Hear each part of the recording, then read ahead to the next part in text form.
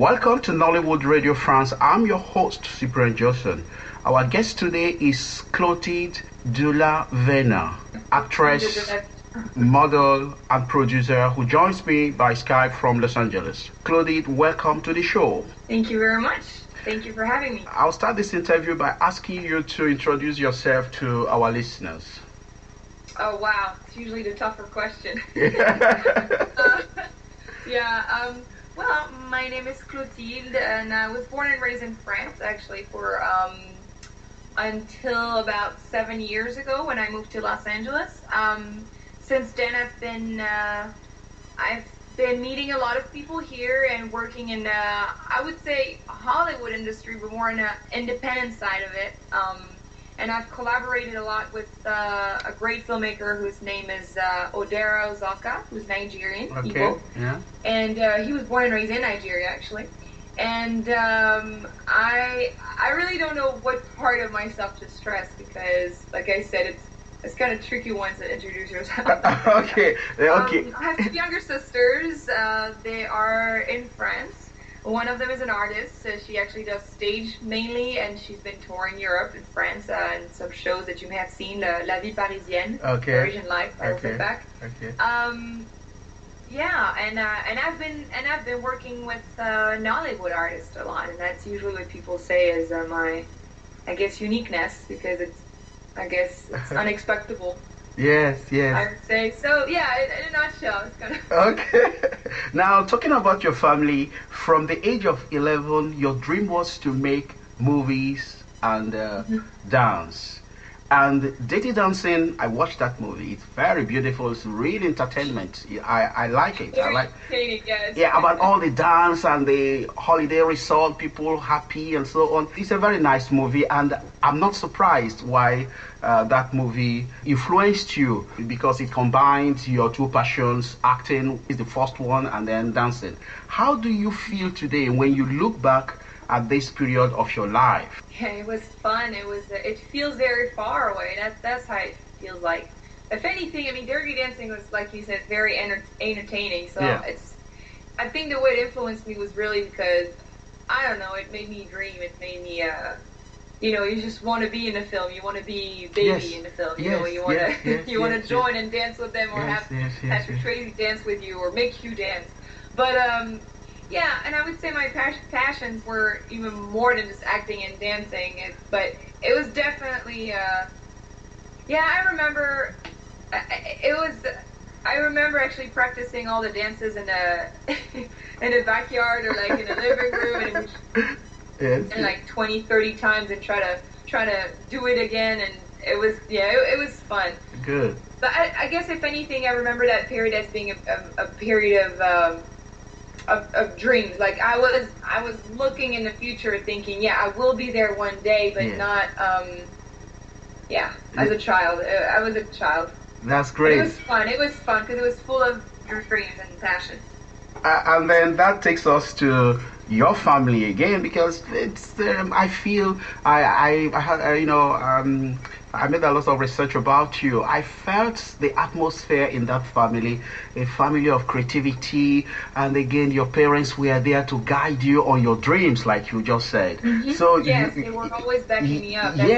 And that's great and rare. Yes. And then you are the oldest of 3 girls, and in a family of artists, like what I've just said, where parents taught you one important thing in life: how to love people who are not like you. Can you elaborate on that more? That type of teaching, in a typical French family. That's wonderful. Yeah, I think it's not even. I don't even think they needed to actively tell me you should love people who are not like you. I think it was so innate. Like it was so natural. It felt like I was always surrounded by people who were not like me, whether it's their background, the way they looked, or religion, or whatever, and it never felt like they were different. Like we never grew up in an environment where my parents reminded us of people's differences. So they didn't have, you should love people who are different. They were just welcoming anyone the same way, and I grew up thinking all this was normal. Yeah, so yeah. I think when you don't when you don't focus on difference, therefore, it just everything looks normal. Like people look just like you, Yes, and yes, yes. anyone just and you don't put emphasis on difference, and I think that's crucial in this world. I just wish more people had that luck, to not have to focus on difference, because I think we'd probably be better off, I think, in this world. But then again, that's just my opinion. But now I'm really grateful because yeah. How did your childhood upbringing help in shaping your career in the Hollywood and Nollywood industry? Well, my parents were not in the industry, at all. They were in the education system, both of them. So, if anything, they didn't have a direct influence on all the technical part of the industry. But I think it shaped me. I mean, it helped shape my career at a human level. Yes, that's what I mean. That's what I mean. That's what I just answered. Yeah, it made me an open-minded person, I think. And if anything, for the craft, for the even the writing, the creativity, the collaborations, it hasn't limited me in who I work with or what I do or the types of stories I want to tell. I think maybe in that sense, not so much the technical aspect, because again, they didn't know anything about the industry. I mean, my dad doesn't know anything. My mom passed away 3 years ago, so she didn't know anything. Yeah. You are listening to Nollywood Radio France, and I'm your host, Cyprien Gerson. Our special guest today is Clotilde Delavennat, actress, model, and producer. She lives in Los Angeles, and she joins me by Skype. This is the magic of technology. So this is So at what stage of your entry into Hollywood and Nollywood did you realize that you had arrived at a self-assured place as an actress and producer? Well, that's a very good question. Yes. What I feel is that I don't think I've arrived at that place, or at least I don't think it feels that way, because I think we're always striving to do the best, and I don't think I've arrived anywhere yet. I think I'm still trying to do my best to. I'm developing, I'm just improving each day, and trying to make better and bigger movies, hopefully, and meeting more people and branching out, I think one of my motto is the idea of bridging cultures. That's what I want to do, and so if anything, I haven't arrived yet at my utopia, I would say, in this world, which is to really bridge cultures throughout the world, and make movies really together and tell international stories. It's there, but I feel like we're still in our corners, and things that, and to me, things that are unfortunate. For instance, living in the United States, I feel that, for instance, when you have a film with minorities in it, it's considered like, okay, it's a black film, or it's a Latino film. Okay. I don't even look at it like that. When I go to the movies, or sometimes people would tell me, well, that was a bad film. I'm like, what do you mean? It was a story. It was a human story. It was human beings interacting with one another, and I could relate.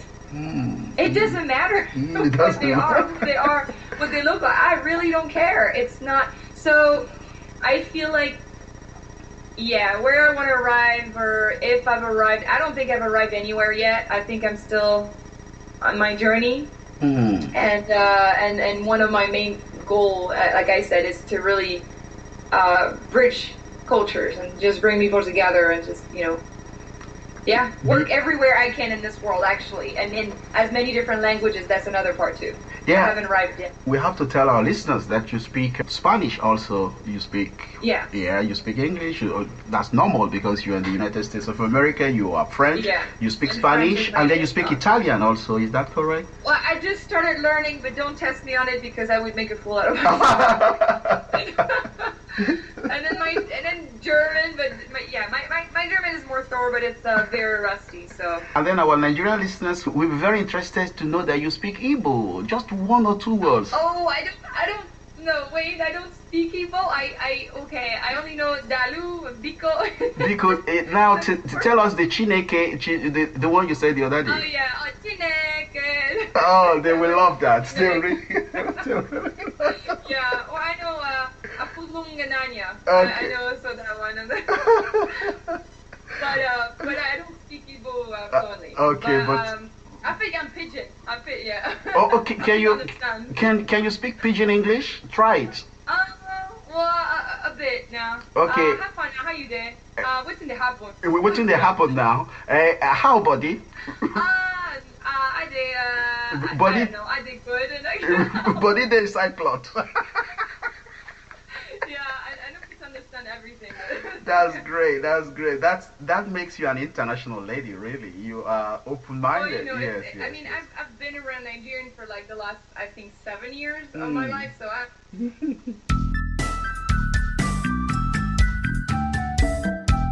Now, let's talk about your movies in collaboration with award-winning filmmaker Odera Ozoka.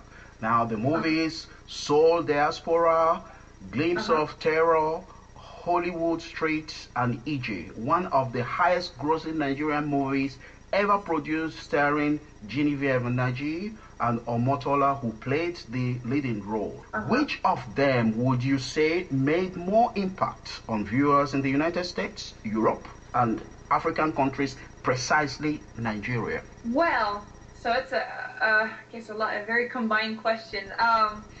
Well, first of all, I think they're very, very different in nature anyways.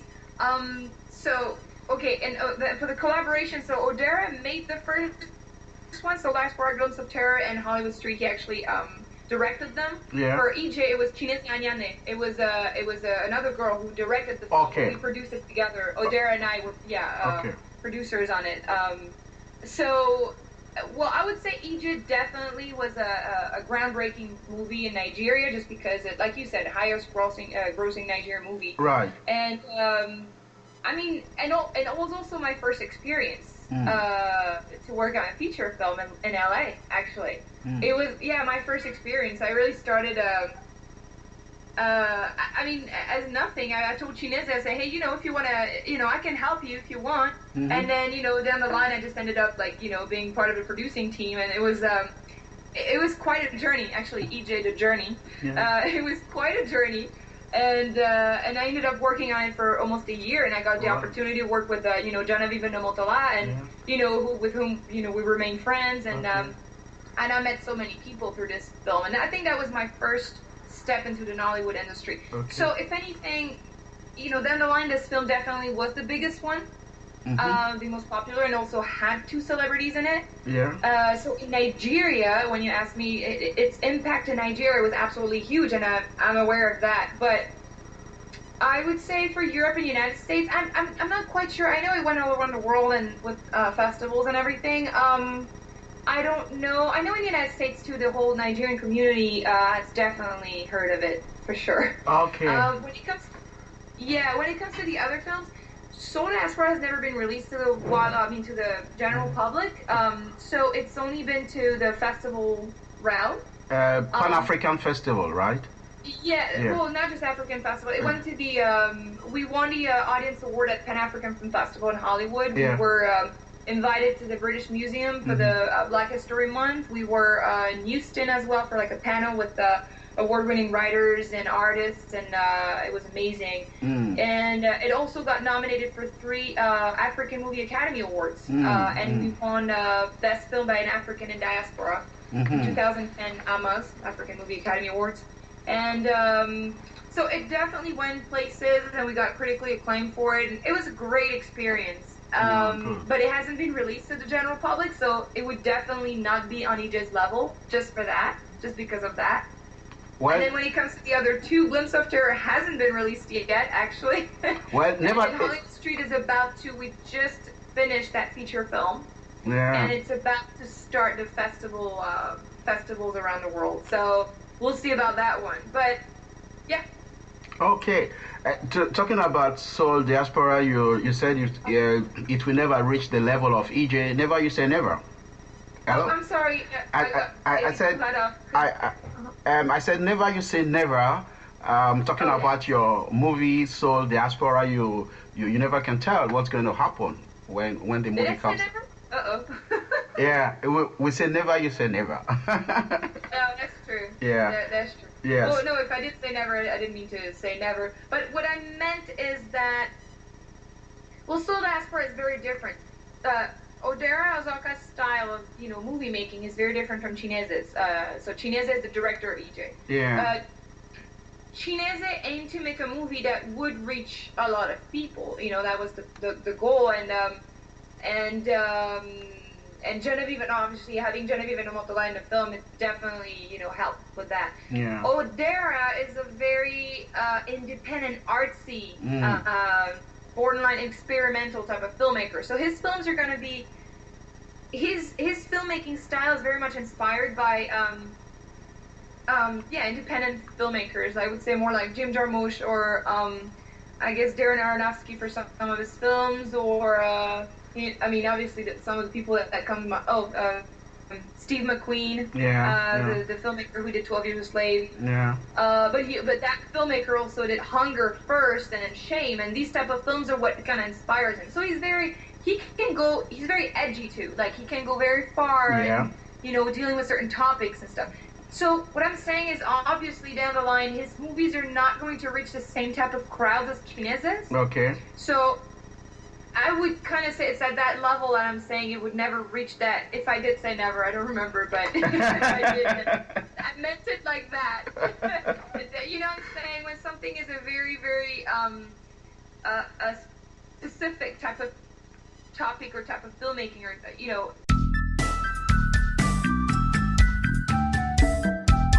Nollywood is still in the infant stage in France. Do you intend to premiere Soul Diaspora in France? We would love to. Soul Diaspora has been made, a little while ago now, but we would love to. We always intended to release it in France and premiere it in France. Now, as you know, it's not always easy when you don't, know the big names or whatever, to have your film being distributed in, all parts of the world. But that's always been a goal of ours, and I've translated the movie myself. Okay. And did the subtitling on it. Yes, that's absolutely a goal that we would like to achieve. That's pretty much all I can say. It's just we're at a technical stage right now, which means we're just dealing with distributors and technical stuff. Yeah, I watched the trailer. I think the film will connect with the people here. It's the story of immigrants, you see. So I think so, exactly. It is a story of an immigrant. Yeah, because Nigerian immigrant arriving in Los Angeles, trying to fit, and while still dealing with his past demons and what happened to him in Nigeria. Yeah. He's trying to connect people. Again, we both have the same goals, and that's why we've been working together. He's trying to connect people. He's trying to remind people that it's all about being human to start with. It doesn't matter, your religion, your label, color, it doesn't matter. You're human first. That's you correct. have a lot more in common with everyone than you think. That's correct. And so that's what he's trying to push. He's trying to show by being shocking. He shocks a lot of people. And I would say Soul Diaspora is like a modern tragedy. That's how we've been kind of, explaining it. Yeah.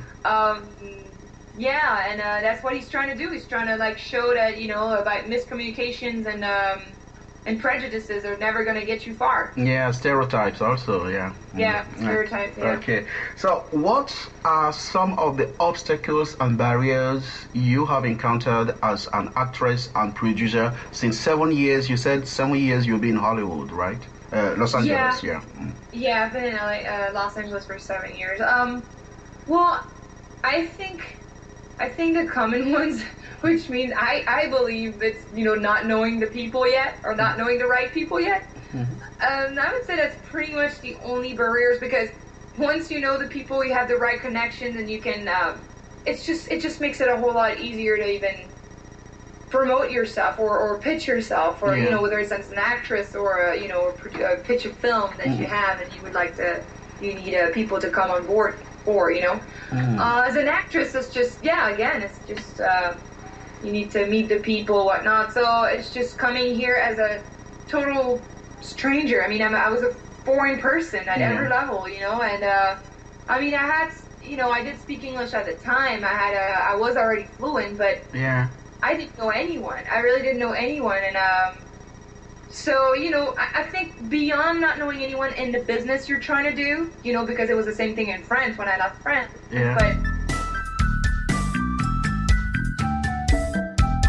You graced the cover of Hollywood magazine, weekly magazine. Yeah. How do you feel seeing yourself? I think that's very important for you. Yes, absolutely. It feels very weird. Off the record, it feels very weird to be on the front cover of a magazine. That's for sure.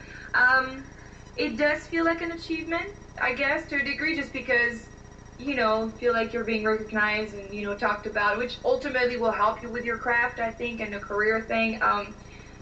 And again, it's because I know where I'm going. I know what I'm trying to do and tell. Yeah.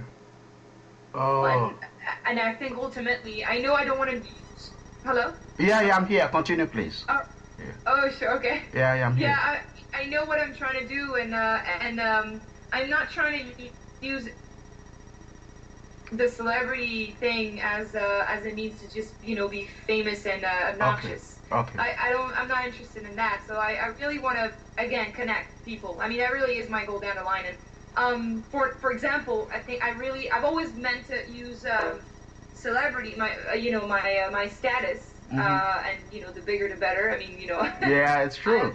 Intended to use it as the means to which is like Angelina Jolie, those people actually doing things for other people, and I really commend that, because just for the record, for the little anecdote, my younger sister, one of my sister had a cancer when she was a baby. When she was 9 months old, she had a very, very bad tumor. Okay. And she got cured. She's fine now. She's almost 27. Okay.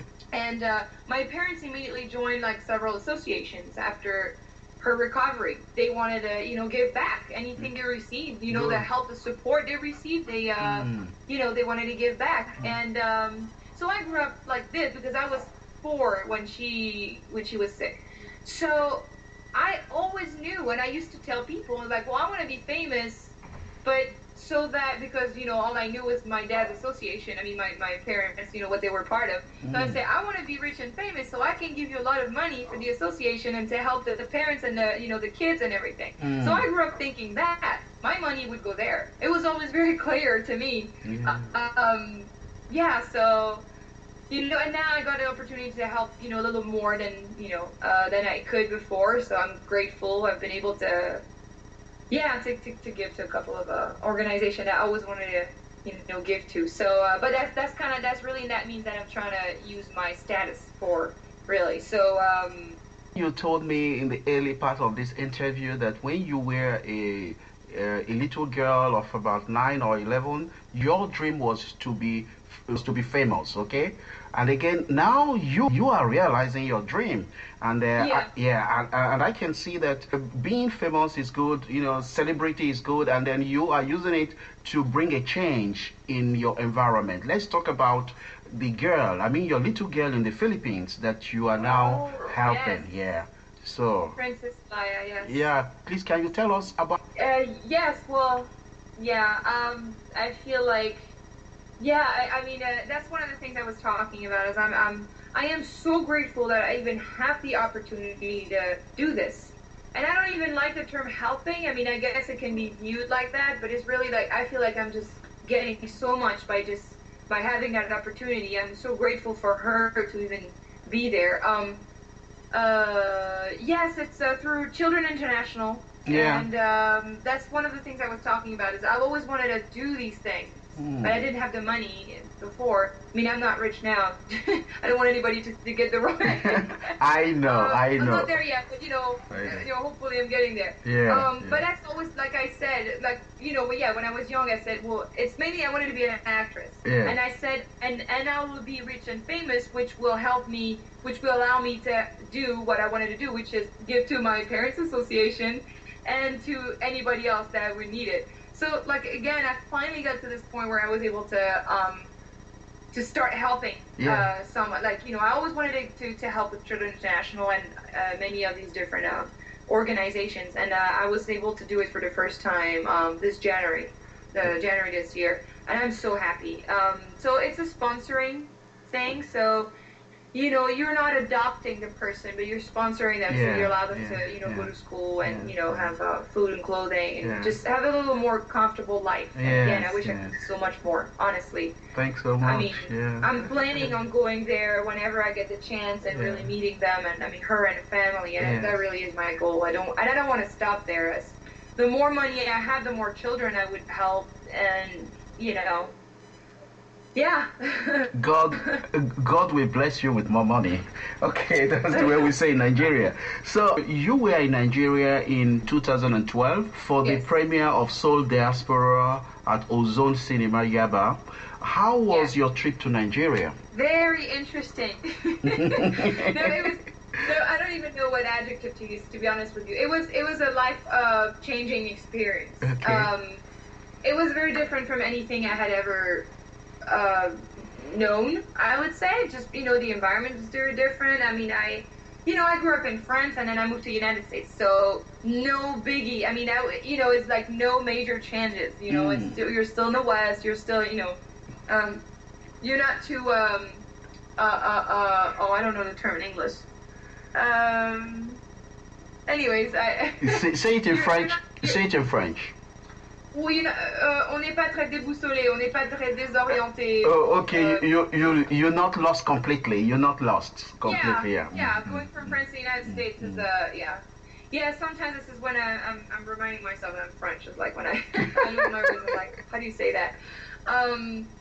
But yeah, anyway, so going to Nigeria. Well, first of all, I got to meet Odera's entire family, and I would want people to know that. Yeah. Odera's mother she's a self-made woman. She's a businesswoman. She's a writer. She's a journalist. She does so much for her community. It's amazing, and she's almost considered like the Mother Teresa of Nigeria. She adopted more than 17 children. Wow. On top of her 3, and I met them all, and I miss them so much actually, and we had such a great time, and I heard so many stories, and I got to just see so many things and talk to so many people, and it was just a life-changing experience. And then also, when it comes to the industry, I actually met the people, all the Nollywood actors and filmmakers. I mean, I had already worked with Omotola and Genevieve, but and I had met Zebediro,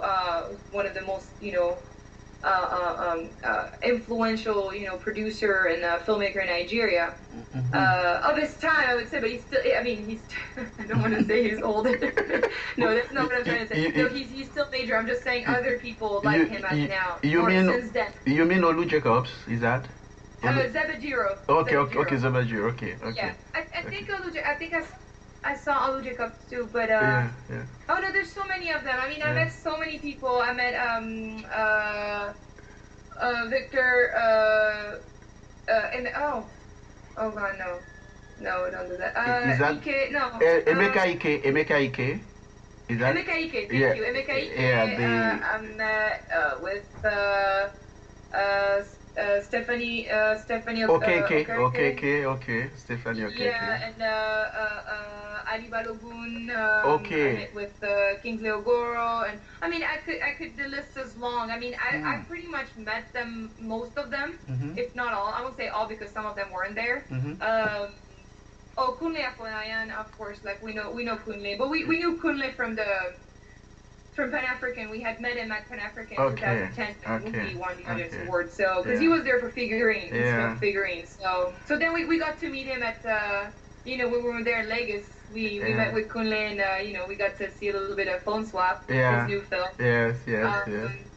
He's cool. And then Tunde Kelani. Anyways, I really got to. Sorry. Did you see? Did you meet Tunde Kelani? I think I did, because I actually contacted all these people myself, but then we didn't get to actually meet everyone. Like I said, some of them were not there.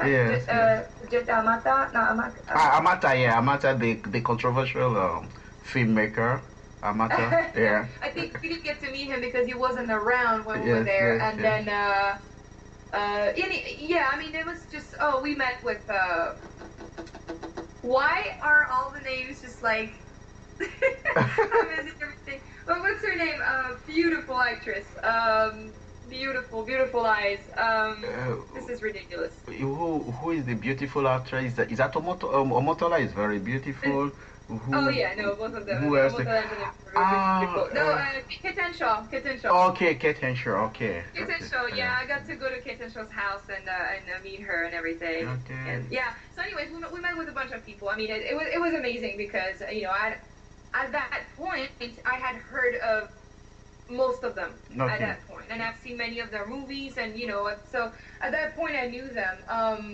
Prior to working on EG, I didn't know anyone. I didn't know who Genevieve, Nnaji, and Omotola Jalade were. Okay. But then after, since then, it's been 7 years now. I definitely have spent a lot of time with Nigerians, and now have been to Nigeria, so I'm more familiar with all these people. But anyways, we got to talk about future collaboration and stuff like that. So the experience overall was at a human level and at a professional level was amazing, I think. And and for the little anecdote, I did get malaria when I was there. So. Oh, that is the general disease. You see, did they give you the local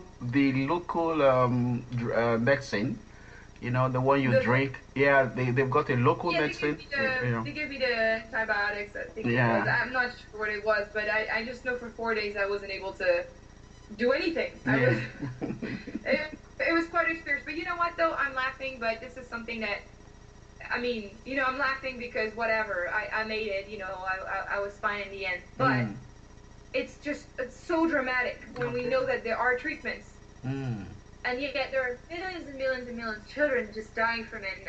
One of the little baby, the twin, he was 2-year-old, had malaria. When I left Nigeria, he had malaria, and just the way he looked was just heartbreaking. I just couldn't stand it. I just feel like it should never be like this. If the way it felt to me, I just think that no children on this planet Earth should ever go through that much pain. This is just not even human. It's ridiculous. When the treatments are out there and there are means to reduce the, and now with the Ebola going on too, it's something else. And my heart really goes to a lot of people there. I mean, I think about it all the time. Yeah. So now coming to the difficult question. See, how do you see yourself in terms of raising the standard of Nollywood movies to international level? Well, that's a lot of responsibility and pressure on my shoulders. Well, I don't claim to even I don't even know how to say that. I mean your contribution to the Nollywood industry, it's huge now.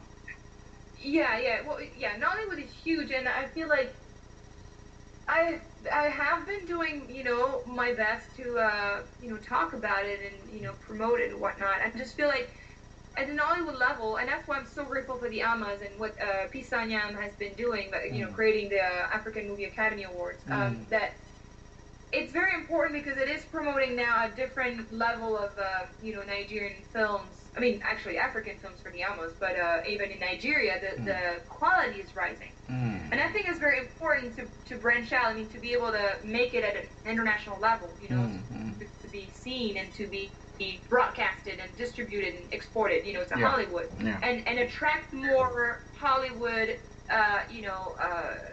crew. I mean, casting crew in general, artists and crew members. I'm just saying that the quality needs to raise. And I think it's a collaboration thing. I think we can all help.